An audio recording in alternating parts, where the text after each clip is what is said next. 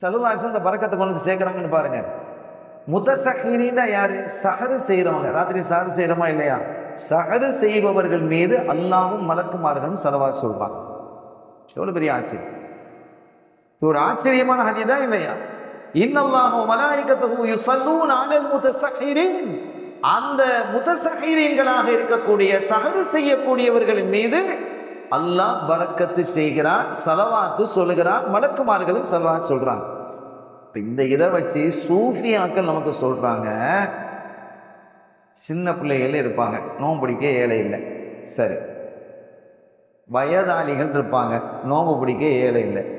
நோயாளிகள் இருப்பாங்க, நோன்பு பிடிக்க ஏழை இல்லை. அவங்களுக்கெல்லாம் மார்க்கத்தில் சலுகை இருக்குது இல்லை, நோன்பு பிடிக்காமல் இருக்கலாம், நிர்பந்தப்படுத்த இல்லை, நோன்பு பிடிக்காமல் இருக்கலாம்.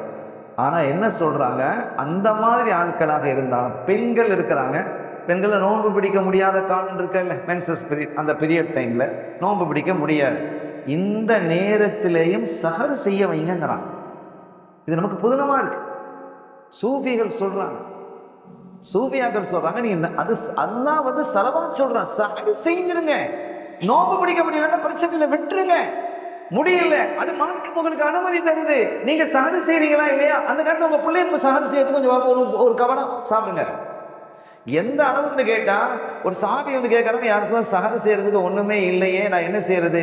ஒரு ஜுர்அத், ஒரு மிட தண்ணியை குடித்து சஹர் செய்கிறாங்க. சார் அந்த பரக்கத்தை நீங்க அடையணுங்கிறாங்க. நம்ம எல்லாரும் அந்த பரக்கத்தை அடையணுங்கிறதுல நம் கண்மணி ஸல்லல்லாஹு அலைஹி வஸல்லம் எவ்வளவு கண்ணும் கருத்துமாக இருந்தார்கள்ங்கிறத நீங்க பாருங்க. எவ்வளவு கருணை நபி அது, எவ்வளவு ஆச்சரியம் அது.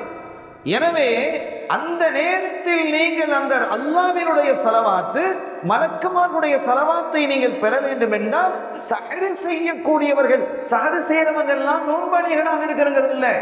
இன்னும் சில பேர் என்ன செய்வாங்க தெரியுமா? சஹர் இதுல ஒரு பெரிய ஒரு நான் பார்த்துக்கிறேன். சில பேரை விடிஞ்சிருச்சுப்பா, நான் இன்னைக்கு பட்டினி நோன்பு சொல்றாங்களா இல்லையா?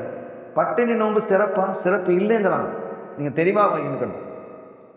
அதை சிறப்பாக நம்ம பேசுறது. ராத்திரி நான் படுத்தேன், நேற்று வச்சுட்டு படுத்தேனா, பார்த்தா பாங்கு, அதான் ஃபஜ்ருடைய பாங்கு சொல்லிட்டு சாப்பிடல, சஹர் செய்யலை, இன்னைக்கு அந்த பட்னியா நோன்பு வச்சுட்டேன். பட்னியா நோன்பு வைக்கத்தான் வேணும்.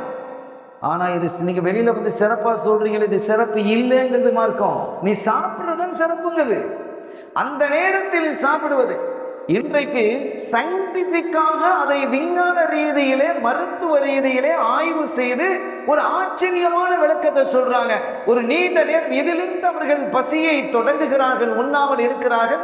அதற்கு முன்பாக ஒரு சிறிய உணவை உண்கிறார்கள் என்றால் அது பிந்திய காலத்தில் அவர்களுடைய உடலில் ஆரோக்கியத்தை தருங்கிறாங்க.